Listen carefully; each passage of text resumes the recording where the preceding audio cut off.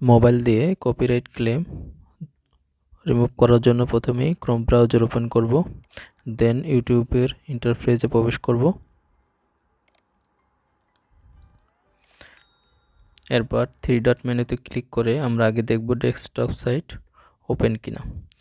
আর যদি desktop mode open না থাকে তবে অবশ্যই টিকমার্ক ক্লিক করে দেবেন, তবে কাজ করতে অনেক সুবিধা হবে।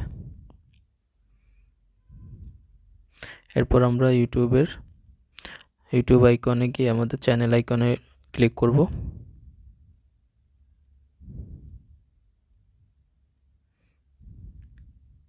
এরপর আমরা কাস্টমাইজ চ্যানেলে ক্লিক করব।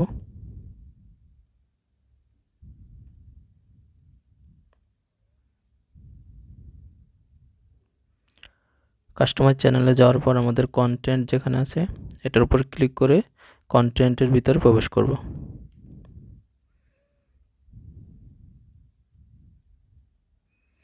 কন্টেন্ট না আসার পর আমরা এখানে দেখব যে কোন কোন ভিডিওতে কপিরাইট ক্লেম আছে। আমরা বিশেষ করে মিউজিকের জন্যই কপিরাইট ক্লেম খাই বা ভিডিওর জন্য হয়। তো মিউজিকের জন্য যদি খান তো সেটা রিমুভ করার পদ্ধতি আমি দেখা দিচ্ছি। আমার এখানে অনেকগুলো কপিরাইট ক্লেম আছে, তো এগুলো রিমুভ করার জন্য কপিরাইটের উপর ক্লিক করব, দেন ডিটেলসে চলে যাব।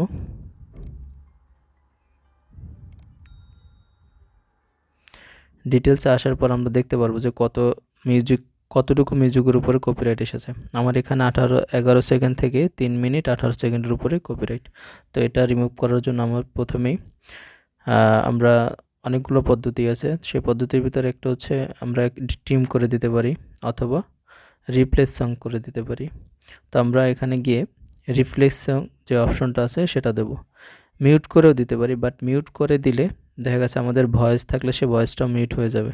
এজন্য আমরা রিপ্লেস সং এখানে ক্লিক করব।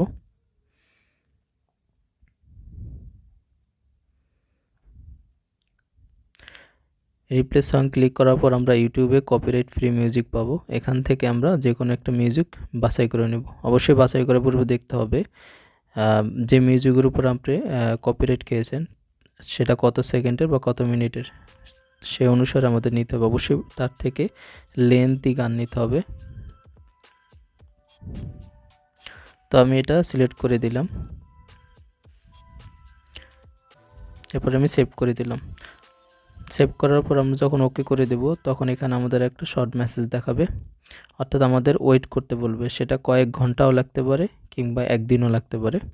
তো আমরা কিছুক্ষণ পর এটা চেক করে দেখব যে আমাদের কপিরাইট ক্লেমটা মানে রিমুভ হয়েছে কিনা। তো আমরা যদি ব্যাগে চলে আসি তো এখানে দেখব আমাদের একটা চেকিং লেখা উঠছে, অর্থাৎ আমাদের এটা ইউটিউবের কাছে চলে গেছে। তো ওরা এটা রিভিউ করে দেখবে। তো আমরা কয়েক ঘন্টা পর যখন আপনার চ্যানেলে যাব,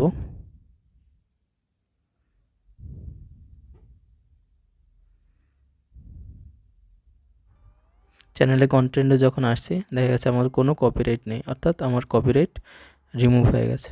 তো এভাবে আপনারা যদি কোনো অডিওতে কপিরাইট খান তো এভাবে আপনারা রিমুভ করতে পারবেন। সেটা ডেস্কটপের দরকার নেই, মোবাইল দিয়েও করা সম্ভব।